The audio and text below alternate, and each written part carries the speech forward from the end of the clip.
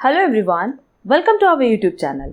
हमारा आज का session inventory valuation and control के एमसीक्यूज से रिलेटेड है। अगर देखा जाए तो इन्वेंट्री वैल्यूएशन एक बहुत ही ज़्यादा रेलेवेंट टॉपिक है, क्योंकि इस टॉपिक से ना जर्नली जो एग्जाम में क्वेश्चंस आते हैं बताएं कि opening stock and closing stock के अंडर वैल्यूएशन या ओवर वैल्यूएशन से हमारे प्रॉफिट पे, दैट इज ग्रॉस प्रॉफिट, हमारे कॉस्ट ऑफ गुड्स सोल्ड पे क्या इम्पैक्ट पड़ता है। इससे रिलेटेड अगर क्वेश्चंस देखोगे ना, हर एक कॉमर्स बेस्ड कॉम्पिटिटिव एग्जाम में आपको मिलेंगे। इसके साथ ही साथ एक क्वेश्चन आता है फीफो एंड लीफो से रिलेटेड, एंड इसमें ये चीज़ पूछता है कि इन्फ्लेशन में या in the case of deflation किस तरीके से जो हमारा ग्रॉस प्रॉफिट है and again cost of goods sold है वो अफेक्ट करता है। क्लियर कि जैसे इन्फ्लेशन की सिचुएशन है एंड हमने FIFO method, that is first in first out method use किया, तो कैसे हमारा क्लोजिंग स्टॉक या फिर कॉस्ट ऑफ गुड्स सोल्ड या प्रॉफिट अफेक्ट करेगा, एंड सेम फॉर लीफो। ठीक है, वैसे अगर देखा जाए ना तो हमने कॉस्टिंग जो टॉपिक्स अपलोड किए हुए हैं उसमें एक टॉपिक बहुत डिटेल में बताया हुआ है कि जो हमारी इन्वेंट्री वैल्यूएशन होती है उसके कौन कौन से मेथड्स होते हैं। जनरली हम लोग जो मेथड्स फॉलो करते हैं वो करते हैं LIFO, FIFO and average method. Average में भी सिंपल एवरेज मेथड है, वेटेड एवरेज मेथड है, बट यहाँ हमें उतना डिटेल में डिस्कस नहीं करना है। यहाँ हमें सिर्फ ये डिस्कस करना है, ये बताना है कि कब हम लोगों की प्रॉफिट बढ़ेगी, कब घटेगी, कब क्लोजिंग स्टॉक बढ़ेगा, कब घटेगा, एंड सो ऑन। बट उसके पहले ना तुम लोग का कॉन्सेप्ट क्लियर करना ज़रूरी है, क्योंकि ऐसे मान लो अगर हम मगअप करा भी दे तो तुम लोग एग्जाम में जाकर के भूल जाओगे। तो अभी ना पहले हम इन्वेंट्री वैल्यूएशन से रिलेटेड दो बेसिक टॉपिक तुम लोग को अच्छे से एकदम क्लियर करेंगे। सबसे पहला टॉपिक हमारा होगा कि अगर हमारा ओपनिंग स्टॉक या क्लोजिंग स्टॉक अंडर वैल्यूएशन है या ओवर वैल्यूएशन है तो किस तरीके से हमारा gross profit, cost of goods sold affect होता है।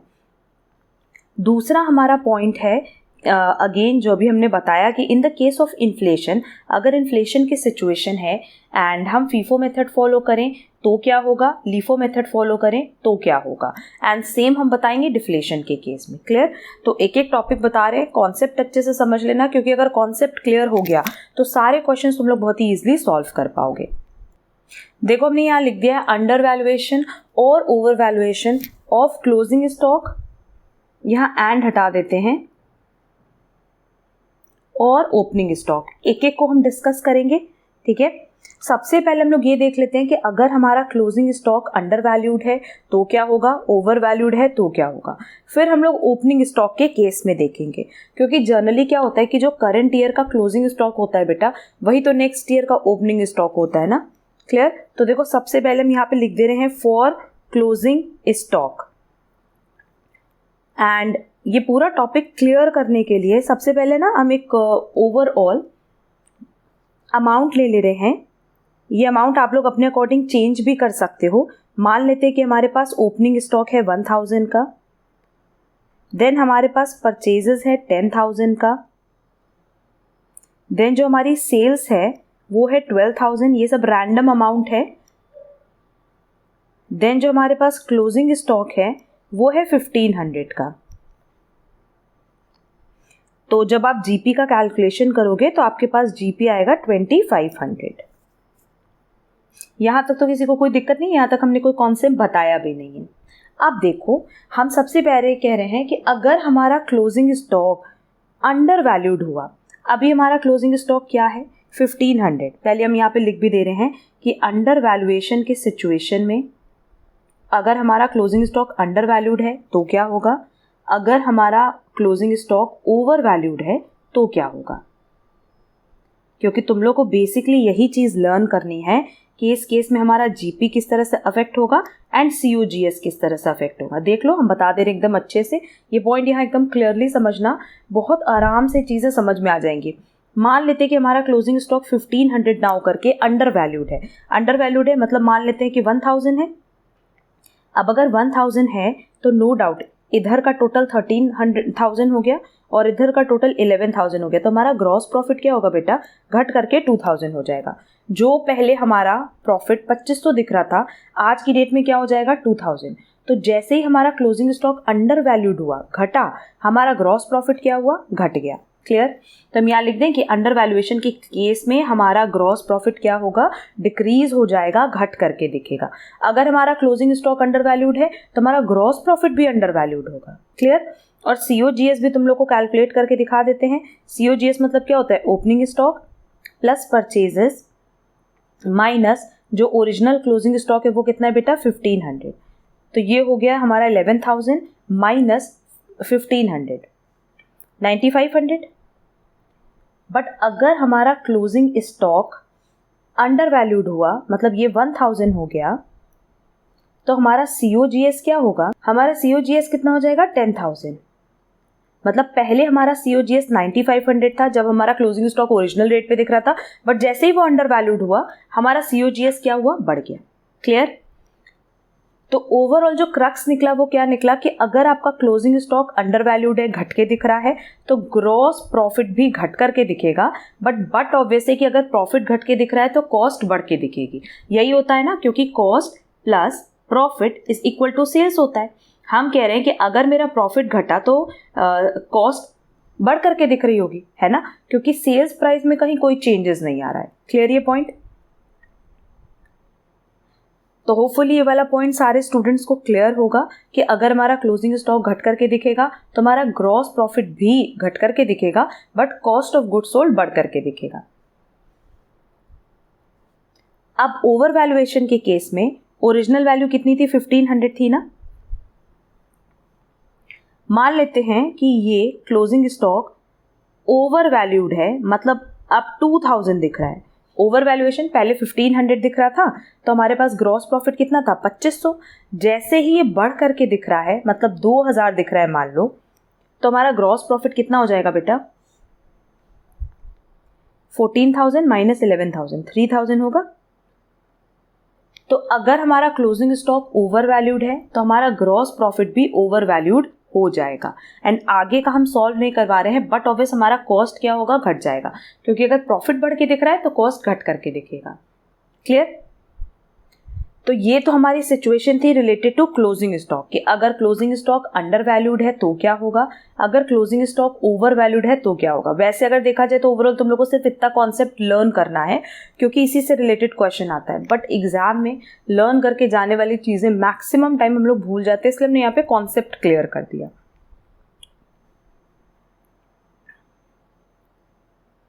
तो एक तरह से हम ये कह सकते हैं कि जो हमारा क्लोजिंग स्टॉक है एंड प्रॉफिट है वो डायरेक्टली रिलेटेड होता है ना बेटा। वो क्या होता है, डायरेक्टली रिलेटेड होता है। कैसे डायरेक्टली रिलेटेड होता है कि अगर क्लोजिंग स्टॉक घट के दिखेगा तो प्रॉफिट भी घट के दिखेगा, क्लोजिंग स्टॉक बढ़ के दिखेगा तो प्रॉफिट भी बढ़ के दिखेगा। तो एक ये पॉइंट भी तुम लोग लर्न कर सकते हो कि क्लोजिंग स्टॉक एंड प्रॉफिट के बीच में एक डायरेक्ट रिलेशन है। क्लियर? अब हम लोग चलेंगे कि हमारा ओपनिंग स्टॉक अगर अंडर वैल्यूड है या ओवर वैल्यूड है तो हमारे gross profit and cost of goods sold पे क्या इम्पैक्ट होता है। अब हम लोग देखेंगे ओपनिंग स्टॉक के लिए। तो ओपनिंग स्टॉक पहले अंडर वैल्यूड करके देखते हैं। देखो यही सेम फिगर हमने ली है। अब अगर हम लोग ओपनिंग स्टॉक अंडर वैल्यूड कर दें, मतलब अभी तक एक्चुअल वैल्यू कितनी है 1000, पर अगर हम उसको घटा करके 500 कर दें तो अंडर वैल्यूड हो गई। जैसे ही आप ओपनिंग स्टॉक घटाओगे ना तो हमारा ग्रॉस प्रॉफिट क्या होगा, बढ़ जाएगा और बढ़ करके हो जाएगा 3000। तो रिलेशन क्या हुआ कि जैसे हमारा ओपनिंग स्टॉक घट करके दिखेगा हमारा ग्रॉस प्रॉफिट बढ़ जाएगा, और बट ऑब्वियस अगर प्रॉफिट बढ़ेगा तो कॉस्ट क्या होगा बेटा, घट जाएगा। क्लियर? एंड सेकेंड सिचुएशन में देखते हैं कि अगर ये ओवर वैल्यूड है, मतलब 1000 की जगह अगर ये 1500 होता तो उस केस में जो हमारा ओरिजिनल प्रॉफिट है 2500, ये घट करके हो जाता 2000। क्लियर? तो ओवर वैल्यूएशन के केस में सिंपली क्या होगा, अगर हमारा ओपनिंग स्टॉक बढ़ करके दिख रहा है तो प्रॉफिट घट करके दिखेगा, और अगर प्रॉफिट घट के दिखेगा तो COGS क्या होगा, बट ऑब्वियस बढ़ के दिखेगा। क्लियर? ये आप लोग कैलकुलेट करके भी देख सकते हो। हमने इसका एक आइडिया दे दिया कि COGS कैसे कैलकुलेट करना है, तो बहुत ही सिंपली आप लोग कैलकुलेट करके देख सकते हो।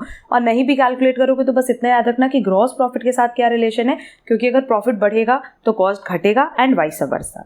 तो अब यहाँ पे जो हमारा क्रक्स निकला वो ये निकला कि ओपनिंग स्टॉक का एंड जो प्रॉफिट है उसका किस तरह का रिलेशन है बेटा, इनडायरेक्ट रिलेशन। कैसा रिलेशन है, इनडायरेक्ट रिलेशन, जैसा कि प्राइस एंड डिमांड के बीच में होता है कि अगर ओपनिंग स्टॉक बढ़ के दिखेगा, जैसा कि हमने इसमें बताया, अगर ओवर वैल्यूड है तो हमारा ग्रॉस प्रॉफिट घट करके दिखेगा, एंड अगर हमारा ओपनिंग स्टॉक घट करके दिख रहा है तो ग्रॉस प्रॉफिट बढ़ करके दिखेगा। क्लियर? तो होपफुली ये रिलेशन तुम लोग को याद हो गया होगा, प्रॉपरली समझ में भी आया होगा। हमने प्रॉपर यहाँ एग्जाम्पल के साथ इसीलिए कराया है सो दैट अगर एग्जाम में भूल भी जाओ ना तो छोटा सा एग्जाम्पल लेकर के इसको समझ पाओ। अब हम लोग का जो दूसरा कॉन्सेप्ट है वो भी एग्जाम पॉइंट ऑफ व्यू से बहुत रेलेवेंट है। उसमें हम ये बताएंगे कि इन्फ्लेशन के केस में फीफो अगर हम फॉलो करें तो क्या होगा, लीफो फॉलो करें तो क्या होगा, and same in case of deflation, अगर फीफो फॉलो करें तो क्या होगा, लीफो फॉलो करें तो क्या होगा। देखो, अब इन्फ्लेशन की बात करें, सबको पता है कि इन्फ्लेशन मतलब क्या होता है कि जब हमारे प्रोडक्ट की प्राइस या किसी भी चीज़ की प्राइस मार्केट में लगातार बढ़ती जाती है तो उसको हम कहते हैं सिचुएशन ऑफ इन्फ्लेशन। तो अब इन्फ्लेशन में लेट्स से आपने first in first out method follow किया। अब फर्स्ट इन फर्स्ट आउट मतलब क्या है कि अगर पहले प्रोडक्ट का रेट, मतलब जो आप पहले परचेज कर रहे थे, अगर वो 2 रुपये में मिल रहा था, फिर 4 पे मिलेगा, फिर 6 पे मिलेगा, फिर 8 पे मिलेगा। सिंपली यहाँ पे ये चीज़ बता रहा है कि इन केस ऑफ इन्फ्लेशन आपकी प्राइस हमेशा बढ़ती जाती है तो लास्ट आपने जो परचेजिंग की होगी उससे ज़्यादा ही आपको पेमेंट करनी पड़ेगी। क्लियर? तो फर्स्ट इन फर्स्ट आउट में बेसिकली क्या होगा कि आपने जो पहले खरीदा वो पहले बेच दोगे। मान लो ये तीनों बेच दिया और आज की डेट में ये आपका क्लोजिंग स्टॉक है, तो नो डाउट आपका जो क्लोजिंग स्टॉक है वो सबसे हायर वैल्यू पे दिख रहा है ना। देख लो, सबसे हायर वैल्यू पे दिख रहा है। क्लियर? मतलब हमारा क्लोजिंग स्टॉक ओवर वैल्यूड है, एंड हमें पता है कि क्लोजिंग स्टॉक का प्रॉफिट के साथ डायरेक्ट रिलेशन होता है। तो अगर क्लोजिंग स्टॉक ओवर वैल्यूड है तो प्रॉफिट भी बढ़ करके दिखेगा एंड कॉस्ट क्या होगा बेटा, घट करके दिखेगा। अभी ये कॉन्सेप्ट हमने ऑलरेडी बताया, इसीलिए हमने आप लोगों को सबसे पहले ये चीज़ बताई कि क्लोजिंग स्टॉक और प्रॉफिट का क्या रिलेशन है, ओपनिंग स्टॉक और प्रॉफिट का क्या रिलेशन है। Clear? But in case of inflation अगर मान लो हम लीफो मेथड फॉलो करें तो भी केस तो यही है कि पहली परचेजिंग 2 रुपये की हुई, फिर 4 की, फिर 6 की, फिर 8 की। तो लीफो में क्या है, लास्ट इन फर्स्ट आउट, कि जो बाद में आया है आप उसको पहले बाहर करोगे। तो आज की डेट में आपकी क्लोजिंग स्टॉक कितनी हो गई, 2 रुपये, जो कि सबसे कम है। मतलब आपका जो क्लोजिंग स्टॉक है वो अपने लोएस्ट पे दिख रहा होगा या लोअर वैल्यू पे दिख रहा होगा। तो हम ये कह सकते हैं कि क्लोजिंग स्टॉक अंडर वैल्यूड है। अगर क्लोजिंग स्टॉक अंडर वैल्यूड है क्योंकि उसका प्रॉफिट के साथ डायरेक्ट रिलेशन है तो प्रॉफिट भी घट के दिख रहा होगा and cost of goods sold बढ़ के दिख रहा होगा। होपफुली इसमें किसी को भी कोई प्रॉब्लम नहीं होगी क्योंकि इसका पहले वाला कॉन्सेप्ट अगर क्लियर है तो ये कॉन्सेप्ट भी आप लोग को क्लियर हो चुका होगा। इन्फ्लेशन का मतलब ये होता है कि जब आपकी प्रोडक्ट की प्राइस लगातार इंक्रीज हो रही है। क्लियर? तो हमेशा याद रखना कि इन्फ्लेशन के केस में अगर आप फीफो फॉलो करोगे तो आपका क्लोजिंग स्टॉक बढ़ के दिखेगा और लीफो फॉलो करोगे तो क्लोजिंग स्टॉक हमेशा घट के दिखेगा। अगर क्लोजिंग स्टॉक पता है कि बढ़ के दिख रहा है, घट के दिख रहा है, तो उसके अकॉर्डिंग आप प्रॉफिट सेट कर लेना। ठीक? अच्छा, एक सबसे इंपॉर्टेंट क्वेश्चन जो यहाँ पे बनता है वो ये बनता है कि इन केस ऑफ इन्फ्लेशन हम लोग, मतलब जो कंपनीज है, वो कौन सा मेथड फॉलो करना प्रेफर करेगी, आइदर फीफो और लीफो। तो मैक्सिमम बच्चे बोलेंगे कि मैम फीफो फॉलो करेंगे क्योंकि इसमें हमारा प्रॉफिट बढ़ के दिख रहा है, बट एक्चुअल में that is in practical life and जो कंपनीज होती हैं वो इन्फ्लेशन के केस में last in first out use करती हैं। रीजन बीइंग वहां आपका प्रॉफिट घट के दिख रहा है, बट ऑब्वियस अगर हमारा प्रॉफिट घट करके दिख रहा होगा तो कंपनी के ऊपर जो टैक्स लायबिलिटी है वो भी कम होगी क्योंकि आप तो जो प्रॉफिट आपका आता है नेट प्रॉफिट उसी पे ना टैक्स का पेमेंट करते हो। तो कभी भी कोई भी कंपनी ना टैक्स का पेमेंट ज़्यादा नहीं करनी चाहेगी। उनका सिंपली ये कॉन्सेप्ट होता है कि टैक्स कम से कम पे करे। तो जहाँ आपके पास ऑप्शन है प्रॉफिट कम दिखाने का, क्योंकि चाहे फीफो मेथड फॉलो करो चाहे लीफो मेथड फॉलो करो, दोनों ही लीगल है। दोनों में ऐसा तो नहीं बोला है कि एक मेथड लीगल है एक इलीगल है, और ऐसा भी नहीं है कि फीफो मैंडेटरी है या लीफो मैंडेटरी है। भाई ऑप्शन होता है एज पर अकाउंटिंग स्टैंडर्ड 2 जो हमारा इन्वेंट्री वैल्यूएशन का अकाउंटिंग स्टैंडर्ड है, उसमें साफ ये चीज़ बोला है कि आप कोई भी मेथड फॉलो कर सकते हो फॉर इन्वेंट्री वैल्यूएशन, है ना। तो कंपनी बट ऑब्वियस वो मेथड फॉलो करना प्रेफर करेगी जिसकी वजह से उसका टैक्स कम बने, और टैक्स कम बनेगा जब उसका प्रॉफिट कम आएगा। क्लियर? तो यहाँ पे एक पॉइंट हम तुम लोगों के लिए लिख दे रहे हैं, ये तुम लोग को याद भी करना है कि जो लीफो मेथड है ये ज़्यादा एडवांटेजियस हो सकता है, या जनरली हम कहते हैं कि होता है, इन एन इन्फ्लेशनरी इन्वायरमेंट। अगर इन्फ्लेशनरी इन्वायरमेंट है, अगर प्रोडक्ट की प्राइस लगातार बढ़ रही है, तो हम लोग LIFO मेथड फॉलो करना प्रेफर करते हैं। Reason being as it reduces the tax liability, क्योंकि इसकी वजह से जो ओवरऑल कंपनी की टैक्स लायबिलिटी है वो डिक्रीज होती है। क्लियर? कंपनी को कम टैक्स पे करना पड़ेगा, तो but obvious company LIFO follow करेगा। तो बहुत बार तुम लोग इस चीज़ में कंफ्यूज हो जाते हो कि इन्फ्लेशन के केस में जब हम FIFO फॉलो करते हैं तो हमारा प्रॉफिट जो है ज़्यादा आता है और इसीलिए हम FIFO फॉलो करेंगे in case of inflation. No, inflation के केस में अगर आप FIFO मेथड फॉलो कर रहे हो, नो डाउट आपका क्लोजिंग स्टॉक बढ़ के दिखेगा, प्रॉफिट बढ़ के दिखेगा। एंड LIFO के केस में जस्ट रिवर्स है, क्लोजिंग स्टॉक घट के दिखेगा, प्रॉफिट घट के दिखेगा। बट इन्फ्लेशन के सिचुएशन में हम हमेशा LIFO फॉलो करना प्रेफर करते हैं, क्योंकि उससे हमारी टैक्स लायबिलिटी कम हो जाती है। क्लियर? अब चलो हम लोग चलेंगे डिफ्लेशन की सिचुएशन में, कि इन केस ऑफ डिफ्लेशन अगर हम first in first out method follow करें तो क्या होगा, और last in first out method follow करें तो क्या होगा। अब डिफ्लेशन एक ऐसी सिचुएशन होती है जहां आपके प्रोडक्ट की प्राइस लगातार फॉल करेगी। तो मान लो आपने पहली परचेज की है 8 रुपए की, तो दूसरी करोगे 6 की, फिर 4 की, फिर 2 की। अब क्योंकि फर्स्ट इन फर्स्ट आउट है, तो जो पहले आपने परचेज किया है वो तो आप सेल कर दोगे, तो आपकी क्लोजिंग स्टॉक में क्या दिख रहा है, 2 रुपए दिख रहा है। मतलब सबसे लोएस्ट वैल्यू आपकी क्लोजिंग स्टॉक में दिख रही है। मतलब क्लोजिंग स्टॉक क्या है बेटा, घट करके दिख रहा है। अब क्योंकि क्लोजिंग स्टॉक घट के दिख रहा है तो प्रॉफिट भी घट के दिखेगा, and cost of goods sold क्या होगा, बढ़ के दिखेगा। ये तो क्लियर होगा। अब हम बात करें LIFO के केस में, अगेन पहली परचेजिंग 8 रुपए की हुई, फिर 6 रुपए की हुई, फिर 4 रुपए की हुई, फिर 2 रुपए की हुई। But last in first out में बाद में जो परचेज किया उसको पहले बाहर करते हैं, तो इस केस में हमारा जो क्लोजिंग स्टॉक है वो अपनी सबसे हायर वैल्यू शो कर रहा है, या हम कह सकते हैं कि ये ओवर वैल्यूड है। क्योंकि क्लोजिंग स्टॉक ओवर वैल्यूड है तो प्रॉफिट बढ़ के दिखेगा, एंड क्योंकि प्रॉफिट बढ़ के दिखेगा तो कॉस्ट घट के दिखेगा। यहाँ तक अगेन किसी को अब कोई प्रॉब्लम नहीं होगी, एंड होपफुली ये पॉइंट तुम लोग को लर्न भी हो गया होगा। अब तुम लोग से कोई पूछे कि डिफ्लेशन के केस में कौन सा मेथड कंपनी फॉलो करेगी, FIFO कि LIFO।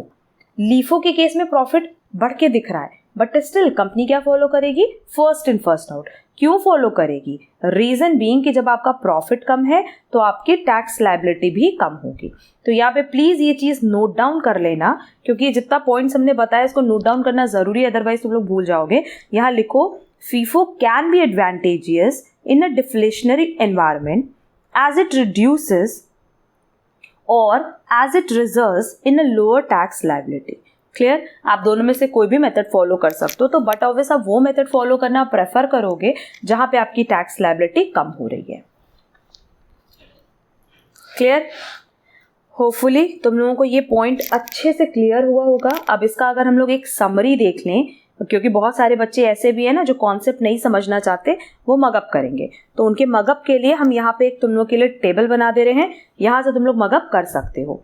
अंडर वैल्यूएशन की सिचुएशन में, ओवर वैल्यूएशन की सिचुएशन में, ओपनिंग स्टॉक, क्लोजिंग स्टॉक, यही 2 चीज हमें देखनी है। तो एट द एंड तुम लोग को लर्न बस इतना ही करना है कि अगर ओपनिंग स्टॉक घट करके दिख रहा है तो ग्रॉस प्रॉफिट बढ़ करके दिखेगा, कॉस्ट घट के दिखेगा। एंड अगर ओवर वैल्यूड है, बढ़ के दिख रहा है, तो ग्रॉस प्रॉफिट कम हो जाएगा और COGS बढ़ जाएगा। क्लियर? इससे भी शॉर्ट में हम तुम लोग को लर्न कराएं कि हमारे ओपनिंग स्टॉक का एंड जो ग्रॉस प्रॉफिट है उसका जो रिलेशन होता है वो कैसा होता है बेटा, इनडायरेक्ट। अगर ये याद रहेगा ना तो बहुत आराम से तुम लोग ये टेबल फॉर्म कर पाओगे। एंड क्लोजिंग स्टॉक के केस में अगर क्लोजिंग स्टॉक घट के दिख रहा है तो ग्रॉस प्रॉफिट भी घट के दिखेगा, एंड अगर ओवर वैल्यूड है, बढ़ के दिख रहा है, तो ग्रॉस प्रॉफिट भी बढ़ के दिखेगा। क्यों? क्योंकि हमारे क्लोजिंग स्टॉक का एंड हमारे ग्रॉस प्रॉफिट का डायरेक्ट रिलेशन है। क्लियर? तो ये समरी हो गई अंडर वैल्यूएशन ओवर वैल्यूएशन के लिए। ऐसे हम लोग एक समरी बना लेते हैं इन case of inflation and deflation. FIFO के केस में सिंपली क्या होगा, अगर इन्फ्लेशन है तो फीफो के केस में हमारा क्लोजिंग स्टॉक बढ़ के दिखेगा, क्लोजिंग स्टॉक बढ़ के दिखेगा, प्रॉफिट बढ़ के दिखेगा, कॉस्ट घट के दिखेगा। और लीफो के केस में क्लोजिंग स्टॉक घट के दिखेगा तो बट ऑब्वियस प्रॉफिट भी घट के दिखेगा एंड कॉस्ट बढ़ के दिखेगा। बट अगर हम लोग डिफ्लेशन की बात करें तो डिफ्लेशन में क्या होगा कि क्लोजिंग स्टॉक घट के दिखेगा, प्रॉफिट भी घट के दिखेगा और कॉस्ट ऑफ गुड्स सोल्ड बढ़ के दिखेगा। बट लीफो के केस में जस्ट रिवर्स होगा कि क्लोजिंग स्टॉक बढ़ा तो हमारा प्रॉफिट भी बढ़ जाएगा एंड कॉस्ट घट जाएगा। तो यहाँ पे तुम लोग को सिर्फ क्लोजिंग स्टॉक का रिलेशन याद रखना है। अगर क्लोजिंग स्टॉक का रिलेशन याद है तो फिर तो प्रॉफिट और कॉस्ट तुम लोग कैलकुलेट कर लोगे। एंड इससे भी रेलेवेंट एक पॉइंट याद रखना कि इन्फ्लेशन के केस में हम लीफो प्रेफर करते हैं और डिफ्लेशन के केस में हम फीफो प्रेफर करते हैं due to reduction in our tax liability. Clear? ये हमारा पूरा कॉन्सेप्ट था related to inventory valuation.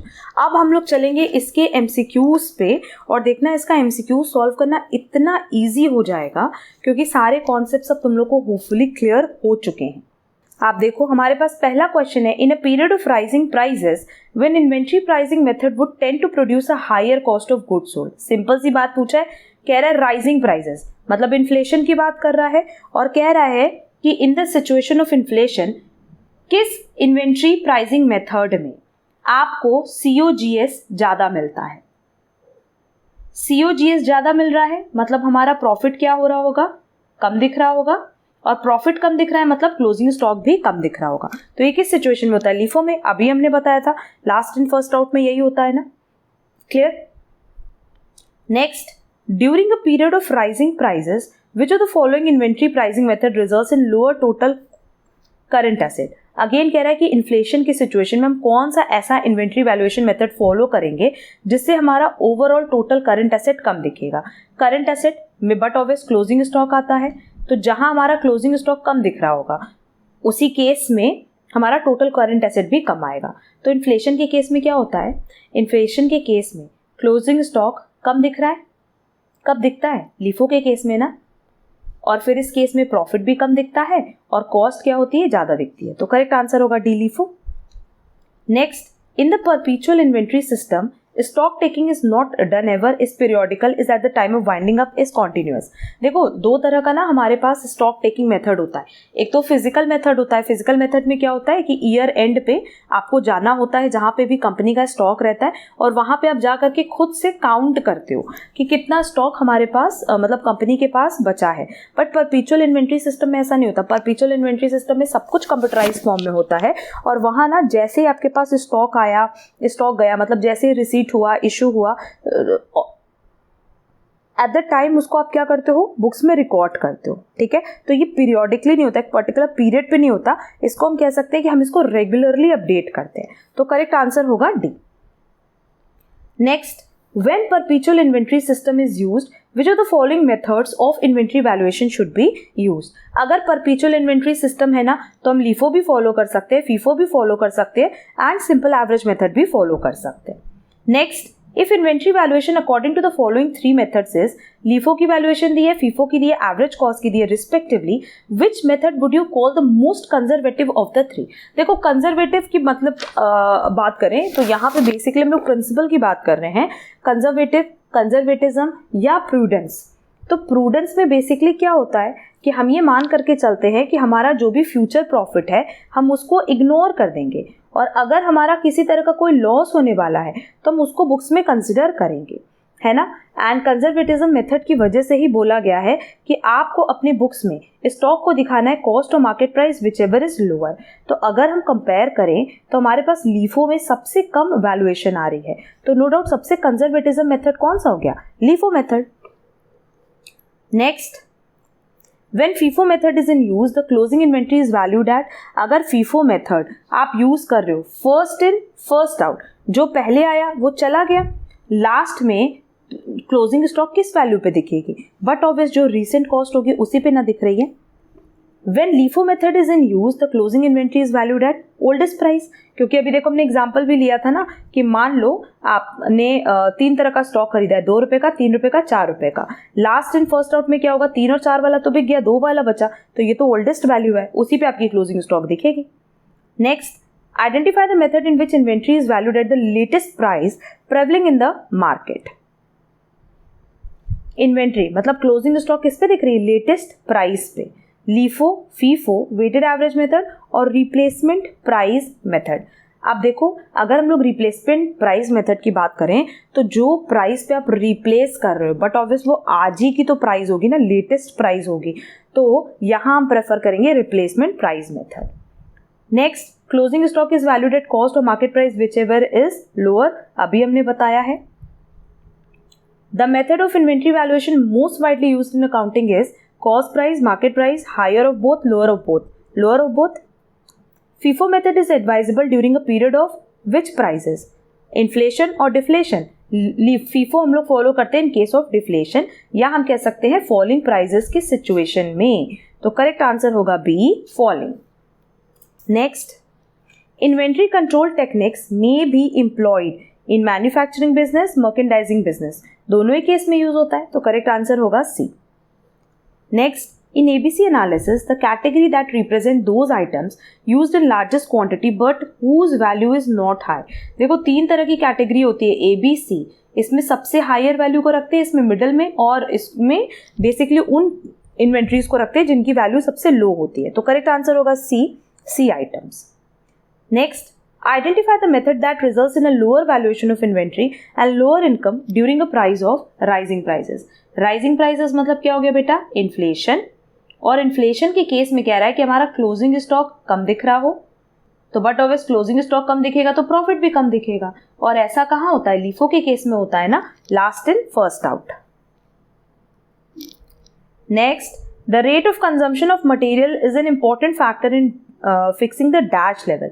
Rate of consumption of material basically हम लोग यूज़ करते हैं मिनिमम में भी, मैक्सिमम में भी, रीऑर्डर में भी, और अगर ये वाली क्लास तुम लोग को देखनी है ना, तो क्लास के एंड में हमने इसकी भी लिंक प्रोवाइड की हुई है, क्योंकि वहाँ हमने डिटेल में मेंशन किया हुआ है कि कौन कौन से लेवल्स होते हैं, किस किस तरीके से आप कैलकुलेशन करते हो मटेरियल का। प्लस लीफो फीफो मेथड के बारे में भी बताया है डिटेल में, तो वो क्लास अगर करना चाहो तो कर लेना, लिंक डिस्क्रिप्शन बॉक्स में भी हमने प्रोवाइड की है, और इनके फॉर्मूलाज भी वहाँ डिस्कस किए हुए हैं। देखो, दिया हुआ है मिनिमम कंजम्पशन है 80 units per day, minimum reorder period है 10 डेज, रीऑर्डर क्वांटिटी है 1200, मतलब EOQ की बात कर रहा है, और रीऑर्डर लेवल दिया हुआ है 2100 यूनिट्स। तो मैक्सिमम स्टॉक लेवल हमारा कितना होगा, मैक्सिमम स्टॉक लेवल का जो फॉर्मूला है वो है reorder level plus reorder quantity मतलब EOQ minus minimum consumption multiply by lead time.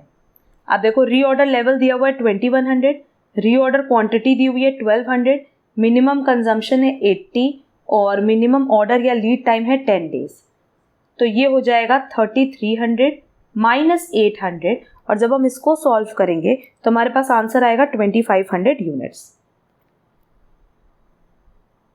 Next, given minimum stock है, रीऑर्डर क्वांटिटी है, so average stock level is, अब एवरेज स्टॉक लेवल की बात करें तो ये हो जाएगा minimum stock plus half of EOQ। हमने दो फॉर्मूला बताया हुआ है कि एवरेज स्टॉक लेवल का, एक तो हो गया minimum stock plus maximum stock divided by 2, but क्योंकि क्वेश्चन में मैक्सिमम स्टॉक नहीं दिया है तो दूसरा फॉर्मूला है हाफ ऑफ EOQ का, तो ये हो जाएगा 4000 प्लस हाफ ऑफ EOQ, मतलब इसका आधा कितना हो जाएगा बेटा 2400, तो ये हो गया 6400 units. Next, which one of the following methods of inventory valuation matches current cost with current revenues. आज का जो रेवेन्यू है मतलब सेल है और आज की जो कॉस्ट है, but obvious last in first out,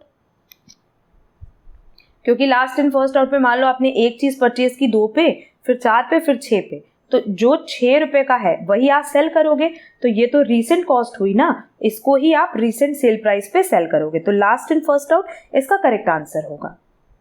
next, which of the following statements are correct. Inventory includes raw material, finished goods, goods in process. Yes, तीन ही तरह का होता है ना, रॉ मटेरियल होता है, WIP होता है, फिनिश्ड गुड्स होता है। Inventory is a part of working capital, हाँ, क्योंकि वर्किंग कैपिटल मतलब current asset minus current liability, और इन्वेंट्री मतलब क्लोजिंग स्टॉक जो कि करंट एसेट का पार्ट होता है। Inventory includes goods likely to be purchased in the coming months. No, ऐसा कुछ नहीं है कि आने वाले टाइम में, ये तो आज की बात होती है ना कि आज आपने क्या खरीदा, तो पहला और दूसरा स्टेटमेंट करेक्ट है, तीसरा स्टेटमेंट इनकरेक्ट है। Next, the success of परपीचुअल inventory system, ये किस पे डिपेंड करता है। Placing order for materials at regular intervals, exercising control over the issue of materials, recording the receipt and issue of materials immediately after each transaction. Yes, अगर परपीचुअल inventory system की बात करें तो इसका मतलब यही होता है कि जो भी मटेरियल की रिसीट है और इशू है उसको आप हर एक ट्रांजेक्शन के बाद तुरंत के तुरंत बुक्स में रिकॉर्ड कर लो। Next, rate of consumption of material is one of the most important factors while fixing। देखो, rate of consumption हमें minimum level में भी चाहिए, maximum level में भी चाहिए और reorder level में भी चाहिए। Next, during a period of declining prices, that is in case of deflation, which one of the following inventory pricing methods will result in lower cost of goods sold? Lower cost of goods sold कहाँ होगा? Last in first out में, क्योंकि देखो यहाँ पे ना deflation का case पूछा है, कंफ्यूज मत होना। नेक्स्ट, मैच द फॉलोइंग है, सिंपल है। अगर हम लोग एबीसी एनालिसिस की बात करें तो ये एक तरह का इन्वेंट्री कंट्रोल है। फंड फ्लो एनालिसिस की बात करें तो ये वर्किंग कैपिटल मैनेजमेंट के लिए होता है। रिटर्न ऑन इन्वेस्टमेंट की बात करें तो ये ओवरऑल प्रॉफिटेबिलिटी के लिए होता है। और एमएम थ्योरी की बात करें तो ये कैपिटल स्ट्रक्चर है। तो as per given option correct answer होगा A. Next, consider the following methods of inventory valuation. Simple average, first in first out, last in first out, weighted average. Inventory valuation पूछा है। Which of these method do not match current cost with current revenues. Current cost with current revenue सिर्फ LIFO में ही ना follow होता है, बाकी किसी में भी नहीं होता है, क्योंकि सिंपल एवरेज और वेटेड एवरेज में तो आप एवरेज प्राइस पे सेल कर रहे होते हो। ठीक है, तो फर्स्ट, सेकेंड एंड फोर्थ ये तीनों ही करेक्ट है कि इन तीनों ही सिचुएशन में जो करंट प्राइस है एंड करंट कॉस्ट है वो मैच नहीं करती। गिवन दैट ओपनिंग स्टॉक है, परचेज है, क्लोजिंग स्टॉक है, COGS है, तो करंट इक्वेशन क्या होगा? Opening stock plus purchases minus closing stock is equal to cost of goods sold. ये N है, सॉरी। तो ये ऑप्शन हमारे पास दिया हुआ है सी में ना ये इज इक्वल टू है। सी में दिया हुआ है M minus O is equal to P minus N। ये इधर चला जाएगा तो बट ऑब्वियस माइनस हो जाएगा ना, तो करेक्ट आंसर होगा सी। और प्लीज ये मिस प्रिंटिंग है, इसको करेक्ट कर लेना, ये इज इक्वल टू है। Next, cost of carrying inventory implies the acquisition cost of the items as per invoice, cost of economic lot size, risk of obsolescence and interest। अब carrying inventory cost मतलब जो carrying cost होता है, हम लोग जब EOQ calculate करते हैं इकोनॉमिक ऑर्डर क्वांटिटी, तो उसमें कैरिंग कॉस्ट होता है और वो किसको डिनोट करता है? Risk of obsolescence and interest को। A company has inadvertently overstated its ending inventory। क्या कह रहा है? कह रहा है कि जो उनकी क्लोजिंग इन्वेंट्री है उसको वो बढ़ा करके दिखा रहे हैं, तो इसकी वजह से जो हमारा लिखा है increase income of the succeeding year, decrease income of the current year have no effect on the income of the succeeding year, decrease income of the succeeding year. देखो, अगर क्लोजिंग स्टॉक बढ़ के दिख रहा है तो नो डाउट जो current year का प्रॉफिट है वो तो बढ़ करके ही दिखेगा। ये तो हमने ऑलरेडी तुम लोग को समझा दिया, तो बी ऑप्शन करेक्ट नहीं है, क्योंकि उसमें बोला है कि करंट ईयर का प्रॉफिट घट के दिखेगा। बट नेक्स्ट ईयर क्या होगा, खुद सोचो। अगर करंट ईयर का जो क्लोजिंग स्टॉक है वो बढ़ करके दिखेगा, तो करंट ईयर का क्लोजिंग स्टॉक बढ़ के दिखा, नेक्स्ट ईयर का ओपनिंग स्टॉक भी तो बढ़ के दिखेगा, है ना? क्योंकि ये क्लोजिंग स्टॉक अगर बढ़ा है तो नेक्स्ट ईयर का ओपनिंग स्टॉक बढ़ जाएगा। और ओपनिंग स्टॉक और प्रॉफिट का कैसा रिलेशन है? इनडायरेक्ट रिलेशन है। तो अगर ओपनिंग स्टॉक बढ़ के दिख रहा है तो हमारा प्रॉफिट क्या होगा बेटा? घट के दिखेगा ना। मतलब सिंपली यहाँ पे ये कॉन्सेप्ट बता रहा है कि अगर करंट ईयर का क्लोजिंग स्टॉक ओवर स्टेटेड है, उसकी वजह से नेक्स्ट ईयर का ओपनिंग स्टॉक ओवर स्टेटेड होगा, जिसकी वजह से हमारा प्रॉफिट सक्सीडिंग ईयर का घट जाएगा। क्लियर? तो करेक्ट आंसर होगा D, decrease income of the succeeding year. Next, if the carrying cost of average inventory goes up, other things remaining the same, EOQ पे क्या इम्पैक्ट पड़ेगा? बहुत सिंपल है। कैरिंग कॉस्ट कह रहा है, चलो कि एग्जाम्पल ले लेते हैं। मान लेते हैं कि जो हमारी एवरेज कंजम्पशन है वो 10,000 का है, ठीक? और ये मान लेते हैं कि हमारा ऑर्डरिंग कॉस्ट 0.10 है एंड कैरिंग कॉस्ट हमारा 5 है। सब अजम्पशन है, ठीक है, रैंडम हमने फिगर ली है। तो इसको सॉल्व करने पे जो हमारा EOQ आएगा वो कितना आएगा बेटा? √400 एंड फर्दर इसको सॉल्व करेंगे तो आएगा 20। अब क्वेश्चन में क्या कह रहा है कि अगर हमारा कैरिंग कॉस्ट बढ़ जाए तो उससे हमारे EOQ पे क्या इम्पैक्ट पड़ेगा, देख लेते हैं। अगर हमारा कैरिंग कॉस्ट बढ़ जाए, मतलब बाकी सारी चीज़ें तो कंसिस्टेंट है ना। अब 5 रुपये से मान लो अगर ये 20 रुपये हो जाए, तो उसको सॉल्व करने पे हमारे पास वैल्यू आएगी 100 एंड फर्दर EOQ आएगा 10। तो EOQ पहले 20 था, अब 10 हो गया, तो कैरिंग कॉस्ट के बढ़ने से हमारा EOQ क्या होगा बेटा, घट जाएगा। Clear? Go down in inverse proportion to square root of 1। Hopefully clear होगा। Next, in a period of inflation which inventory method would be considered suitable by the accountant? Inflation के केस में LIFO, deflation के case में FIFO। देख लो, ये question हमने इतने अच्छे से बता दिया कि होपफुली तुम लोगों को ये पॉइंट क्लियर होगा।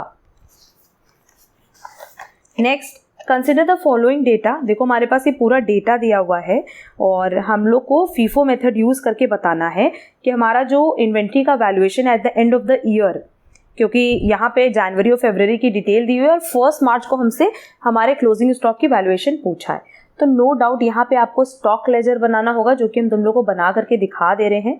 वैसे हम उम्मीद करते हैं कि तुम लोग को स्टॉक लेजर बनाना आता होगा। स्टॉक लेजर में बेसिकली क्या होता है कि हमारे पास एक कॉलम होता है बेटा डेट का, एक कॉलम होता है रिसीट्स का, मतलब जो हमने परचेज किया है, फिर एक कॉलम होता है इशू का और एक कॉलम होता है बैलेंस का। Quantity, rate, amount, quantity, rate, amount, quantity, rate, amount. देखो सबसे पहली डेट दी हुई है 1189 की और इसमें बोला है कि मेरे पास ओपनिंग बैलेंस है 500 का। क्वेश्चन देख लेना, फोटो क्लिक कर लेना, और 5 रुपीज़ उसका अमाउंट है, तो 2500 हमारे पास हो गया ओपनिंग बैलेंस। वैसे ये रिसीट में नहीं दिखाएंगे, इसको रुको, रिसीट में नहीं दिखाएंगे, ओपनिंग बैलेंस है ना, तो ओपनिंग बैलेंस डायरेक्ट कहाँ दिखेगा बेटा, बैलेंस में दिखेगा कि हमारे पास 500 यूनिट्स है 5 रुपीज़ की और ये हो जाएगा अमाउंट 2500। देन नेक्स्ट देखो 15 जनवरी को हम लोग परचेज कर रहे हैं और परचेज कितना कर रहे हैं, 400 यूनिट्स परचेज कर रहे हैं 6 रुपीज़ के रेट पे, तो टोटल अमाउंट हो गया 2400। अब first in first out follow करना है, तो हम ये लिखेंगे कि 500 हमारे पास 5 रुपीज़ का है और 400 हमारे पास कितना है, 6 रुपीज़ का। अमाउंट लिख लेना, अमाउंट हम स्किप कर रहे हैं। देन 30 जनवरी 89 को आपको इशू करना है 300, तो but obvious first in first out है तो इसी में से इशू करोगे। 300 इशू कर दिया, 5 वाला 1500 रुपीज़ का हमने इशू किया है। अब इस 500 में से 300 चला गया, बचा कितना, 200 5 वाला एंड 400 6 की रेट से। ठीक है। नेक्स्ट देखो लिखा है कि 15 फरवरी 89 को हमने अगेन परचेज किया 200 यूनिट 7 रुपीज़ पे, तो टोटल वैल्यू कितनी हो गई, 1400। अब आज की डेट में देखा जाए तो मेरे पास 3 तरह का स्टॉक है। 200 यूनिट्स है 5 रुपीज़ वाला, 400 यूनिट्स है 6 रुपीज़ वाला और 200 यूनिट्स है 7 रुपीज़ वाला। यहाँ तक तो होपफुली सबको क्लियर होगा। यहाँ पे वैल्यू लिखने की वैसे ज़रूरत नहीं, हम तुम लोग के लिए लिख दे रहे हैं। ये 1000 हो गया, ये 2400 हो गया और ये 1400 हो गया। अब आगे 28 फरवरी को हमें पूरा इरेज कर रहे हैं और यहाँ से फिर से लिखेंगे 28 फरवरी को। अब इशू हो रहा है बेटा 200, तो देखो नहीं 28 फरवरी को टोटल इशू हो रहा है 300, तो फर्स्ट इन फर्स्ट आउट है। मेरे पास जो पहला स्टॉक है 200 का 5 रुपीज़ वाला वो निकाल देंगे और फिर 400 में से 100 यूनिट्स निकालेंगे 6 वाली, तो मेरे पास 400 में से 300 ड्यू बचा और जो 200 यूनिट्स था 7 रुपीज़ वाला वो तो मेरे पास बैलेंस बचा ही है, मतलब ये 1800 है और ये 1400 है। एंड लास्ट हमारे पास एंट्री है ऑन 25 मार्च कि इसमें अगेन परचेज हुआ है 200 यूनिट्स 8 रुपीज़ से। तो अब देखो आज की डेट पे जो मेरे पास स्टॉक है, एक तो 300 यूनिट्स है 6 रुपीज़ का, एक 200 यूनिट्स है 4 रुपीज़ का और एक 200 यूनिट्स है 8 रुपीज़ का। तो जो टोटल मेरे पास वैल्यूएशन है वो कितने की है, 4800 की, और यही हमसे क्वेश्चन में पूछा था। अब देखो इस क्वेश्चन में हमारे पास ऑप्शन दिया है 4800, तो करेक्ट आंसर होगा C. Next, consider the following factors. यहाँ सारे फैक्टर्स आपके पास दिए हुए हैं और आपको बताना है कि ऑर्डरिंग लेवल फिक्स करने के लिए हमें इसमें से क्या अकाउंट में लेना होता है। देखो यहाँ ऑर्डरिंग क्वांटिटी नहीं कह रहा है, EOQ नहीं कह रहा है। अगर EOQ कहता तब तो हम ऑर्डरिंग कॉस्ट लेते, स्टोरेज कॉस्ट लेते, EOQ लेते, बट क्योंकि ऑर्डरिंग लेवल कह रहा है तो मार्जिन ऑफ सेफ्टी लेंगे, लीड टाइम लेंगे, एवरेज क्वांटिटी कंज्यूम लेंगे और ये बेसिकली फॉर्मूले पे ही बेस्ड है। तो फॉर्मूला अच्छे से देख लेना तो ये टॉपिक क्लियर हो जाएगा। नेक्स्ट, एबीसी एनालिसिस बेसिकली क्या है? एक टेक्निक है इन्वेंट्री कंट्रोल का, पहले भी बताया है। Next, which of the following methods of inventory valuation proceeds on the assumption that a minimum quantity of stock must be held at all times carry on business? ये चीज कह रहा है कि जब आप बिजनेस कैरी करोगे तो कितना मिनिमम स्टॉक आप होल्ड करके रखते हो? Base stock. Next, the rate of consumption of raw material is an important factor in determining their minimum level, reorder level, maximum level. हर केस में rate of consumption of raw material important है। And last question है, stock valuation is done at the latest price. Latest price में कहाँ होगा बेटा? But obvious देखो हमारे पास यहाँ ऑप्शन जो दिया है मार्केट प्राइस, अगर हम बात करें तो मार्केट प्राइस में लेटेस्ट प्राइस फॉलो करते है ना स्टॉक वैल्यूएशन, या लीफो में भी करते हैं, बट ज्यादा प्रेफरेबल आंसर क्या होगा? Market price. तो ये हमारा लास्ट क्वेश्चन था related to inventory valuation MCQs. And जैसा कि हमने बताया कि अगर इसके टॉपिक्स क्लियर है, इसके कॉन्सेप्ट्स क्लियर हैं, तो सारे क्वेश्चन तुम लोग को बहुत अच्छे से समझ में आ जाएंगे। हम उम्मीद करते हैं कि तुम लोग को आज की क्लास पसंद आई होगी। अगर वीडियो पसंद आए तो वीडियो को लाइक, कमेंट, शेयर जरूर करना।